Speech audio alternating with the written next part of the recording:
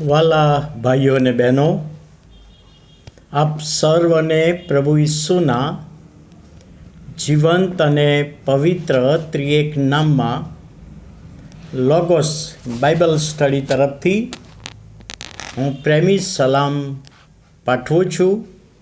અને આજે 2025ના વર્ષનો 77મો દિવસ 18મી માર્ચ 2025 અને મંગળવારનો આ નવો દિવસ આપણા બધાના જીવનમાં પ્રભુએ બતાવ્યો.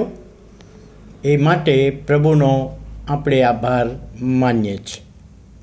અને પ્રભુનો આભાર માનવાને માટે ઘણા બધા કારણો આપણા જીવનોમાં પ્રભુએ આપ્યા છે. મેથ્યુ હેનરી જે કોમેન્ટ્રી આપણે વાંચીએ છીએ, બહુ જે ફેમસ કોમેન્ટ્રી છે, આત્મિક એમાં આશીર્વાદો સમાયેલા છે. એ મેથ્યુ હેનરી જેવો વેલ્સમાં જન્મ્યા, ઇંગ્લેન્ડમાં તેઓએ પોતાનું બાળપણ વિતાવ્યું અને ત્યાર પછી જ્યારે પ્રભુને તેઓએ સ્વીકાર્યા અને બાઇબલ કોમેન્ટ્રી લખવાની જે પ્રેરણા મળી અને કેટલાક વર્ષો સુધી એ બાઇબલ કોમેન્ટ્રી એમણે લખી. એ મેથ્યુ હેનરી એક દિવસે કોઈક રસ્તા પર જઈ રહેલા અને સામેથી બે લૂંટારા મળ્યા. એમને લૂંટી લીધા. થોડાક નાણાં એમની પાસે હતા, એ લઈ લીધા. અને એ લૂંટવાનો બનાવ બન્યો એ જ દિવસે સાંજે એ વિસ્તારમાં આભાર સ્તુતિની મિટિંગ રાખવામાં આવેલી મંડળી તરફથી. ત્યારે મેથ્યુ હેનરી એ આભાર સ્તુતિની મિટિંગમાં ગયા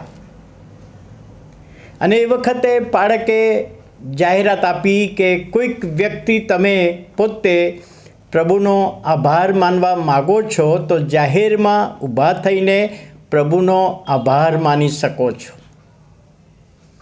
અને એ વખતે મેથ્યુ હેનરી ઊભા થયા અને એમણે પ્રભુનો આભાર માન્યો. પ્રભુ, આજે મને લૂંટી લેવામાં આવ્યો અને એ માટે હું તમારો આભાર માનું છું. પ્રાર્થનામાં ઘણા બધા લોકો એ સંગતમાં આવેલા, ઘણા બધાએ પોતપોતાની રીતે આભાર માન્યો.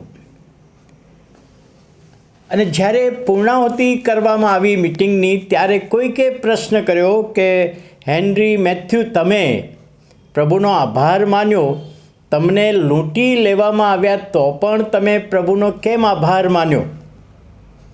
અને ત્યારે એમણે 4 કારણો આપેલા.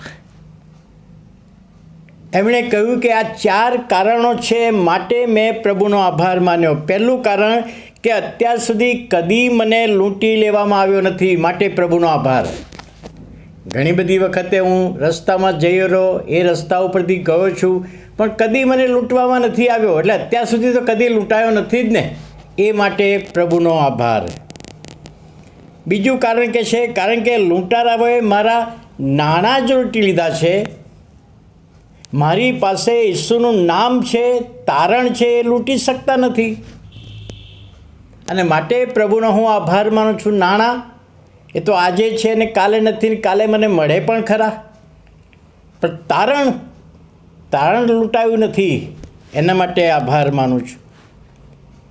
અને ત્રીજું કારણ કે જે નાણાં મારી પાસે હતા, જે મારે ઉપયોગમાં લેવાના હતા, એ હવે એ લોકો ઉપયોગમાં લેશે.